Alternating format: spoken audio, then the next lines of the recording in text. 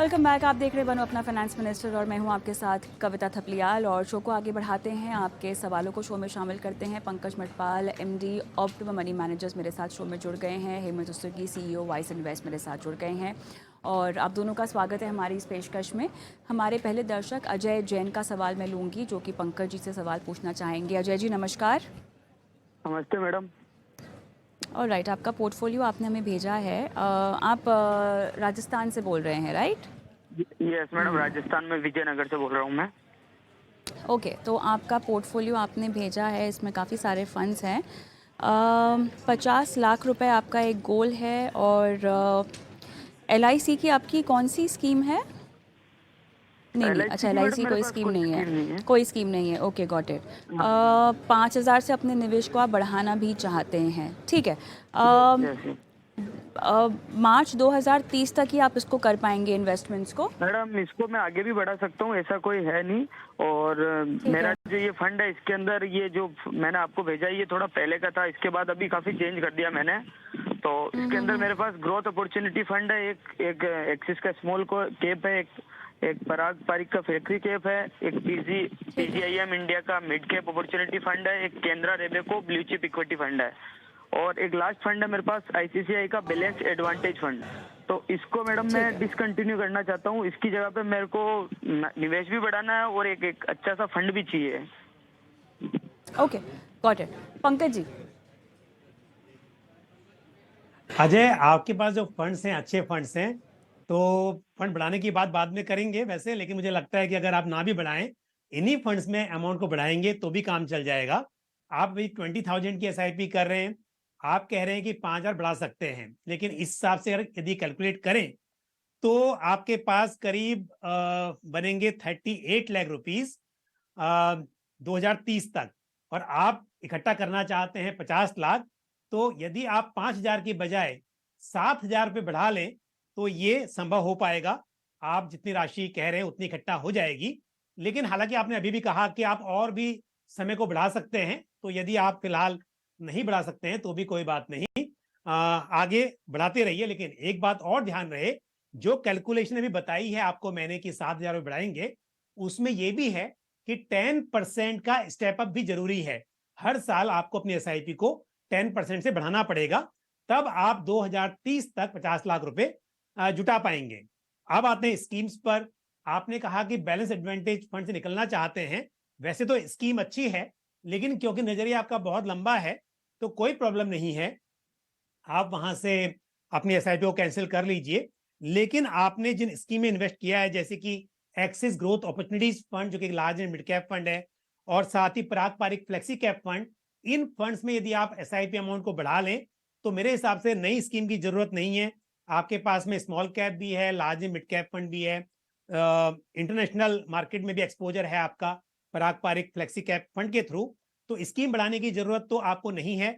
लेकिन mid cap में यदि आप फिर भी चाहें कि ऐड करना है, तो मिड कैप में कहूंगा कि PGIM India mid cap opportunities fund के साथ आप Motilal Oswal mid cap fund को ऐड कर लें, तो एक मिड कैप फंड और बढ़ जाएगा यदि स्कीम बढ़ानी है तो। और राइट, अजय कोई सवाल आपको पूछना है पंकज जी से? मैडम मेरे को यही पूछना है कि मैंने ICICI का लार्ज एंड मिड कैप भी अभी चालू करा है, तो उसकी जगह पे मैं इसको हटा के कौन से फंड में अपना 7,000 का अमाउंट सीधा ही डाल दूं हर month? Pankaj ji. Pankaj ji. Large and mid cap fund ICICI Prudential बहुत अच्छा फंड है, बिल्कुल उसको बंद नहीं करना है, आप उसे बढ़ा लीजिए। All the best Ajay ji. आगे बढ़ेंगे और अगले दर्शक का सवाल मैं लूँगी। नरेंद्र पंड्या मेरे साथ हैं। सर नमस्कार। हाँ नमस्कार कविता जी। कैसे हैं सर, कहाँ से बोल रहे हैं? हाँ मैं सूरत से बोल रहा हूँ मैडम। अच्छा बताइए सर, मेरे ख्याल से गोल्ड ETF में आपने पैसे लगाए हुए हैं जी? हाँ मेरा गोल्ड ETF से मेरे बहुत 1,200 रुपये का भाव था यूनिट का, तभी से लगाए और अभी लगाए जा रहा हूँ। तो मुझे ये जानना है कि पहले एक बार एक स्पॉट एक्सचेंज आया था, स्पॉट एक्सचेंज, तो इसमें घपला हो गया था, तो सभी नियोगों के पैसे डूब गए थे। तो क्या गोल्ड ETF सिक्योर है कि नहीं, मैं ये आपके एनालिस्ट से जानना चाहता हूँ। किसी भी एनालिस्ट ने बताया था नहीं था कि वो स्पॉट एक्सचेंज है वो घपला हो जाए ऐसा। तो हम तो यहाँ वहाँ रुके हुए हैं। इसमें इसका मॉनिटरिंग जो है सेबी का ये सब सही है। फिर दूसरे ये जानना चाहिए हमारा सब इन्वेस्टमेंट सिक्योर है कि नहीं। जब भी हम चाहे तब इसको निवेश करें तो कुछ घपला होने का चांसेस है कि नहीं वो जानना है। और दूसरी बात अभी एक सिल्वर सभी ईटीएफ में ये डिफरेंट क्यों रहता है रेट। अभी सिल्वर ईटीएफ सिल्वर बीज है निप्पॉन का, इसका डिफरेंट रेट है, आईसीआईसीआई का डिफरेंट रेट है। तो ये इसकी टर्मिनोलॉजी जरा बता दे कि सही है कि नहीं, पहले तो सिक्योर है कि नहीं, हमारा पैसा डूबेगा कि नहीं, सलामत है ये, और ये डिफरेंट क्यों रहता है ऐसा? बिल्कुल पंड्या जी आपका सवाल समझ चुके हैं और ऐसे में एक निवेशक होने के नाते मेरे ख्याल से काफ़ी वाजिब सवाल भी है। लेकिन जिस तरह के रेगुलेटर के अधीन ये सब आते हैं मेरे ख्याल से चिंता करने की ज़रूरत आपको बिल्कुल भी नहीं है। और हेमंत जी के पास मेरे ख्याल से ये सवाल है, विस्तार से वही आपको इस पर समझाइश देंगे कि इसके अलावा बाकी तमाम के जो भी निवेश विकल्प हैं वो किस तरह से सुरक्षित है। रेगुलेटर जो है किस तरह से गहरी निगाह जो है तमाम स्टेक होल्डर्स पर बनाए रखता है, किस तरह की गाइडलाइंस और कानून जो हैं वो बनाए जाते हैं। हेमंत जी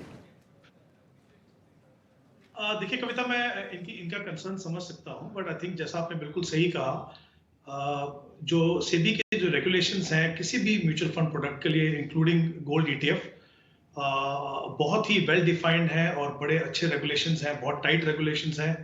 और जिस तरीके से म्यूचुअल फंड फंक्शनिंग करते हैं तो आई थिंक ब्रॉडली शुरुआत में ये कहना चाहूंगा कि उसमें बहुत ज्यादा कोई डरने की जरूरत नहीं है, क्योंकि इन्होंने एक पर्टिकुलर गोल्ड ईटीएफ की सेफ्टी एस्पेक्ट की बात की है। तो ये इंपॉर्टेंट है समझाना कि और ये शायद इनको पता भी है कि हर यूनिट जो है गोल्ड ईटीएफ की वो बैक्ड होती है एक प्योर गोल्ड, मतलब 99.5% प्योरिटी के गोल्ड से।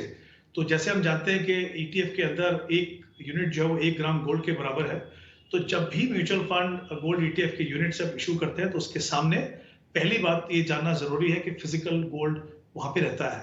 2011 में सेबी ने जब देखा कि ये जो गोल्ड ईटीएफ जो है वो काफी पॉपुलर हो रहे हैं और ऑब्वियसली उनका जो कॉर्पस बढ़ रहा था, तभी उन्होंने अपने रेगुलेशन जो लेके आए थे उसके हिसाब से उन्होंने ये मैंडेट किया था कि हर म्यूचुअल फंड को अपने जो स्टैट्यूटरी ऑडिटर्स हैं उनसे फिजिकल गोल्ड की वेरिफिकेशन करानी है। और उसके बाद जो है वो ये जो ऑडिटर्स हैं वो half yearly report mutual fund trustee को देते हैं। यानी वो जाके वो देखते हैं कि जितना भी गोल्ड, जितनी यूनिट्स अलॉट है उसके सामने जितना गोल्ड होना चाहिए वो है कि नहीं, और उसकी रिपोर्ट वो म्यूचुअल फंड ट्रस्टी को देते हैं। और म्यूचुअल फंड ट्रस्टी जो है इंटर्न जो हाफ ईयरली रिपोर्ट जो उनकी सेबी के पास जाती है उसमें वो रिपोर्ट करते हैं, और साथ में जो ऑडिट रिपोर्ट जो ऑडिटर्स की है वो भी सेबी के पास जाती है। तो पहली बात आप निश्चिंत रहिए कि जितना भी जो गोल्ड, जितनी भी यूनिट्स हैं वो totally backed by physical gold है। और जैसा मैंने कहा कि प्योर गोल्ड यानी कि 99.5% प्योरिटी का जो गोल्ड बार आता है वो इसमें रहते हैं। और जो कस्टोडियन जो है म्यूचुअल फंड के कस्टोडियन जो गोल्ड को एक्सेप्ट करते हैं वो भी कुछ चीजों का ध्यान रखते हैं, चाहे वो प्योरिटी सर्टिफिकेट हो, चाहे वो जो लीगल डॉक्यूमेंट्स हैं वो हो relating to the origin of the gold, चाहे वो इंपोर्ट के डॉक्यूमेंट्स है, वो सबको अच्छे से वेरीफाई करके वो उसके बाद ही वो गोल्ड को लेते हैं। तो आई थिंक जो म्यूचुअल फंड के जो रेगुलेशन है, चाहे वो वैल्यूएशन के लिए हो, चाहे वो फिजिकल गोल्ड की वेरिफिकेशन के लिए हो या प्योरिटी के लिए हो, वो बहुत ही वेल डिफाइंड है। एज एन इन्वेस्टर हालांकि मैं आपका कंसर्न समझ सकता हूं, लेकिन मैं आपको ये बता सकता हूं कि जिस तरह के रेगुलेशंस हैं उसमें आपको बिल्कुल भी डरने की जरूरत नहीं है। और जैसा आपने कहा कि आपने एक गोल्ड ईटीएफ में पैसा लगाया है, आप बिल्कुल निश्चिंत होकर उस पैसे को होल्ड कर सकते हैं, चाहे तो और भी लगा सकते हैं। बट जैसा मैंने कहा उसमें बिल्कुल भी डरने की बात नहीं है। और राइट नरेंद्र जी, उम्मीद है कि आपको सलाह समझ में आ गई है, घबराने की कोई बात नहीं है। सर और कोई सवाल पूछना चाहेंगे?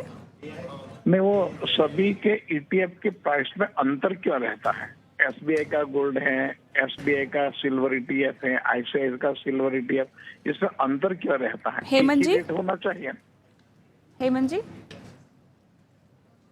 आई थिंक ब्रॉडली ये डिफरेंस की बात कर रहे हैं वो डिपेंड करता है again may be volume, may be और जहां तक प्राइसिंग का सवाल है उसमें तो कोई सवाल नहीं होता है, बट मे बी वॉल्यूम और जो ट्रेडिंग जो होता है उसके हिसाब से कभी कभी आपको दोनों डिफरेंट फंड्स के अंदर फर्क देखने को मिल सकता है। चलिए आगे बढ़ते हैं। सुनील बिजोलिया का सवाल मैं लूंगी। सुनील जी नमस्कार। Madam Nippon India small cap, इसी फंड पे सवाल पूछना है। 20 साल के लिए आपने इसको अपने पोर्टफोलियो में डाला है ना? फंड और Nippon India small cap fund. Sundaram flexi cap भी है और निपॉन इंडिया का स्मॉल कैप भी है। चलिए पंकज जी। बिल्कुल, देखिए Nippon India small cap fund एक अच्छा फंड है, वेल डाइवर्सिफाइड है और आपका नजरिया लंबा है, तो बिल्कुल आपसे बने रहिए, कोई दिक्कत नहीं है। जहां तक सुंदरम फ्लेक्सी कैप फंड का सवाल है, ये एक नया फंड है, अभी 1 साल की भी हिस्ट्री इसकी नहीं हुई है, लास्ट ईयर ये इंट्रोड्यूस हुआ था, तो अभी तक की परफॉर्मेंस ठीक ठाक है, लेकिन फिर भी मैं कहूंगा थोड़ा सा इनके बाकी फंड्स की परफॉर्मेंस को भी देखते हुए आप इसे मॉनिटर कीजिए, फिलहाल कंटिन्यू कीजिए, 6 मंथ के बाद दोबारा से इसको मॉनिटर कीजिए और अगर जरूरत पड़े तो इसमें से आप जरूर स्विच कर सकते हैं, बट फिलहाल के लिए दोनों फंड्स में आप बने रहिए। और अगर आप ये जानना चाहें, क्योंकि आपने शायद ये भी कहा है कि कितना पैसा बन पाएगा, तो वो भी जानना चाहेंगे क्या? ये जानना चाहता हूँ कि सुंदरम को छोड़कर मैं कौन से फ्लेक्सी कैप फंड में जाना चाहूंगा। जी देखिए, फ्लेक्सी कैप में पारंपरिक फ्लेक्सी कैप फंड अच्छा है, उसमें आप इन्वेस्ट कर सकते हैं। ICICI prudential flexi cap fund भी कंसिडर किया जा सकता है। All the best Sunil ji. और चलिए इसी के साथ अब अपना फाइनेंस मिनिस्टर में हम रुकेंगे छोटे से ब्रेक के लिए, लेकिन ब्रेक के उस पार सवालों का सिलसिला बरकरार है और साथ ही हमारे आज के मेहमानों के निवेश के गुरु मंत्र क्या हैं आपके लिए, ये भी जानेंगे। सब कुछ होगा इस ब्रेक के बाद। फोन लाइन पर हमारे साथ है साहिल अग्रवाल। नमस्कार साहिल, कैसे हैं? चलिए साहिल हमारे साथ फ़ोन लाइन पर नहीं है, लेकिन इनका सवाल एक लाइन का ही है। पंकज जी शायद आपके पास है इनका सवाल। 20,000 रुपये हर महीना से एसआईपी करना चाहते हैं, 6 से 7 करोड़ का टारगेट है इनका 20 साल में। निवेश तो बढ़ाना ही पड़ेगा, लेकिन अप्रॉक्सीमेटली 6 से 7 करोड़ 20 साल में कितने तक इनको अपना निवेश बढ़ाना होगा पंकज जी, और किस तरह के फंड्स आप इनको रेकमेंड करेंगे, ज़रा बताइएगा। बिल्कुल, कभी तो देखिए, अगर हम 12% का CAGR एज्यूम करें तो यहाँ पर अभी जो निवेश कर रहे हैं, ये बोल रहे हैं 20,000 रुपये, उस हिसाब से सिर्फ 1,84,00,000 यानी 1.84 करोड़ रुपए इकट्ठा हो सकते हैं, जबकि कह रहे हैं 6 करोड़ इकट्ठा करने के लिए। तो यदि हम कैलकुलेशन करें तो इस वक्त पर यदि 32,000 रुपये महीना 32,000 की SIP शुरू करते हैं और 10% से स्टेप अप करते हैं, तब जाके इनके पास ये 6 करोड़ रुपए इकट्ठा हो सकते हैं 20 साल में। तो राशि काफी बढ़ानी पड़ेगी, क्योंकि टारगेट बड़ा है, या फिर जो समय है उसको और बढ़ाइए, तब ये मुमकिन हो पाएगा। स्कीम्स के लिए मैं कहूंगा कि ICICI Prudential large and mid cap fund, ये फंड ये कंसिडर करें। Motilal Oswal mid cap fund, साथ ही Nippon India small cap fund और पारंपरिक फ्लेक्सी कैप फंड। तो 20,000 भी करना चाहते हैं तो 4 फंड में डिवाइड कर लीजिए। हर तरह की कैटेगरी की स्कीम आपके पास, यानी large cap, mid cap, small cap, सभी जगह एक्सपोजर आपको मिल जाएगा। ऑलराइट, आगे बढ़ते हैं। सुनील कुमार का सवाल लेंगे। इन्होंने फेसबुक के जरिए अपना सवाल हमें भेजा है। हेमंत जी, मेरे ख्याल से आपके पास है ये सवाल इनका, और इन्होंने कुछ फंड्स अपने पोर्टफोलियो में शामिल किए हैं। एक्सिस का स्मॉल कैप, पारंपरिक का flexi cap, Nippon India S&P PSC index, Motilal Oswal का मिड कैप है, टारगेट 75 लाख 15 साल में। और पोर्टफोलियो कैसा है और जो इन्होंने लक्ष्य रखा हुआ है उसके मुताबिक या उसके अनुसार जो निवेश राशि है वो पर्याप्त है या नहीं? हाँ जी कविता, देखिए इनका जो टाइम होराइजन है वो करीब 15 साल है और उन्होंने टारगेट जो रखा है वो 75 लाख है, क्योंकि 15 साल के लिए इन्वेस्ट कर रहे हैं।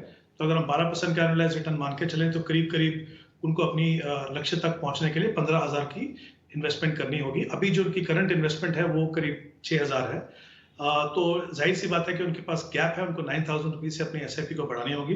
अगर वो ऐसा नहीं कर सकते हैं तो इनके पास एक और ऑप्शन है कि वो, जिसको हम बोलते हैं स्टेप अप SIP, यानी हर साल अगर वो 15% से अपनी SIP बढ़ाएं तो अपने टारगेट तक पहुंच पाएंगे। तो दोनों में से जो ऑप्शन उनके लिए सुटेबल हो वो करना होगा, लेकिन जितना जल्दी हो सके उसके बारे में डिसाइड करें। अब 6,000 के लिए इनके पास 4 फंड है, उसमें से एक एक्सिस स्मॉल कैप फंड है और एक इंडेक्स फंड है उनके पास। ऑब्वियसली लार्ज कैप होना बहुत ही इंपॉर्टेंट है आपके पोर्टफोलियो में, तो मुझे लगता है थोड़े से अगर 1-2 चेंजेस करें तो उनके पोर्टफोलियो के लिए वो बेहतर रहेगा। तो जैसे पारंपरिक फ्लेक्सी कैप फंड है, वो एक तरीके से जो लार्ज कैप में भी आपको एक्सपोजर देता है, क्योंकि सिग्निफिकेंट पोर्शन जो है वो लार्ज कैप में इन्वेस्ट होता है और कुछ पैसा जो है करीब 17-18% वो यूएस मार्केट में भी होता है। तो वो एक बेहतर ऑप्शन है, उसमें आप थोड़ा सा इन्वेस्टमेंट बढ़ाइए। और 2 फंड, एक्सिस स्मॉल कैप और जो इंडेक्स फंड है, उसमें आप SIP रोकिए।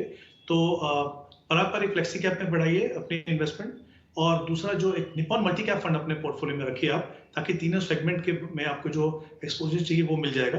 जो 2500 निपॉन मल्टी कैप, 2500 जो है वो आप पारंपरिक फ्लेक्सी कैप में करिए, तो उसमें थोड़ा पैसा बढ़ाइए, और एक मिड कैप फंड जैसे मोतीलाल ओसवाल है उसको अगर अपने पोर्टफोलियो में रखें, तो मुझे लगता है 3 फंड और जो करंट उनकी एलोकेशन है, और इनफैक्ट जब वो कोशिश करेंगे बढ़ाने की, तो भी इन्हीं 3 फंड में अपनी पैसे को बढ़ा सकते हैं। ऑलराइट, चलिए तो सवालों के सिलसिले को यहाँ पर थोड़ा सा थामना होगा, क्योंकि अब सीधा रुख कर लेते हैं निवेश के गुरु मंत्र की ओर।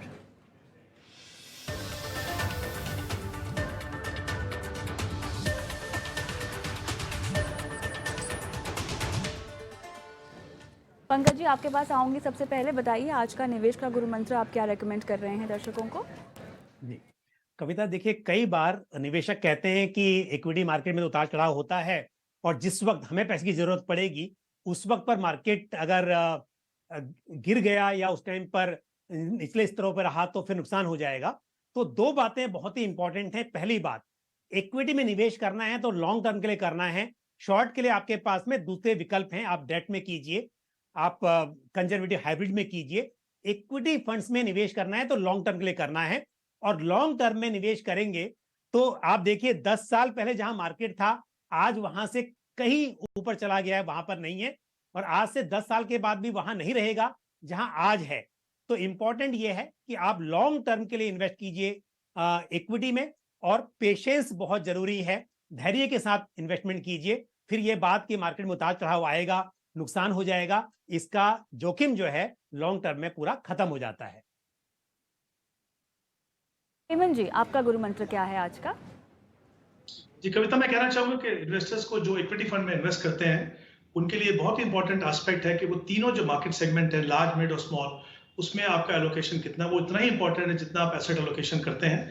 तो काफी बार हमने देखा है कि कभी आपका पोर्टफोलियो बहुत ज्यादा एग्रेसिव बन गया, कभी थोड़ा कंजर्वेटिव बन गया। तो इंपॉर्टेंट है कि आपका जो एलोकेशन, जो प्रोपोर्शन है वो सही हो। सही होने का मतलब ये है कि हमेशा थोड़ा सा बायस जो लार्ज कैप पे रखिए। दूसरी बात, काफी बार हमने इन्वेस्टर्स को देखा है कि वो 2-3 mid cap fund, 2-3 small cap fund ले लेते हैं, तो कहीं ना कहीं उनको ये पता नहीं चलता कि कब रीबैलेंसिंग करना है, तो उसको मॉनिटर करना थोड़ा डिफिकल्ट है। इसमें कुछ कैटेगरीज हैं जैसे मल्टी कैप और लार्ज एंड मिड कैप, उनमें अगर आप पैसा लगाएं तो तीनों सेगमेंट में आपको एक्सपोजर मिलेगा। दूसरी बात, आपको रीबैलेंसिंग करने की चिंता नहीं है, वो फंड मैनेजर आपके लिए करेंगे। फ्लेक्सिबिलिटी है, और सबसे इंपॉर्टेंट चीज ये है कि वो टैक्स एफिशिएंट है, क्योंकि वो चेंजेस जो है वो फंड मैनेजर कर रहे हैं आपके बिहाफ पे, आप नहीं कर रहे हैं, तो आपके लिए कोई टैक्स इंसिडेंस नहीं है। तो इंपॉर्टेंट है एलोकेशन, प्रोपोर्शन सही हो, और सही ऑप्शन चुने उन तीनों सेगमेंट में इन्वेस्ट करने की। ऑलराइट, हेमंत जी आपका, पंकज जी आपका बहुत बहुत धन्यवाद, समय निकाला दर्शकों की। आज आपने फाइनेंशियल प्लानिंग की दोनों ने मिलकर, और इसी के साथ हम शो को भी आज यहीं समाप्त करते हैं। लेकिन जाते जाते एक बार फिर से वो नंबर जहां पर आप हम तक डायरेक्टली पहुंच सकते हैं, हमारा व्हाट्सएप नंबर आपकी स्क्रीन पे फ्लैश होगा। नंबर नोट डाउन करें और लगातार अपने सवाल हम तक पहुंचाते रहें। नमस्कार।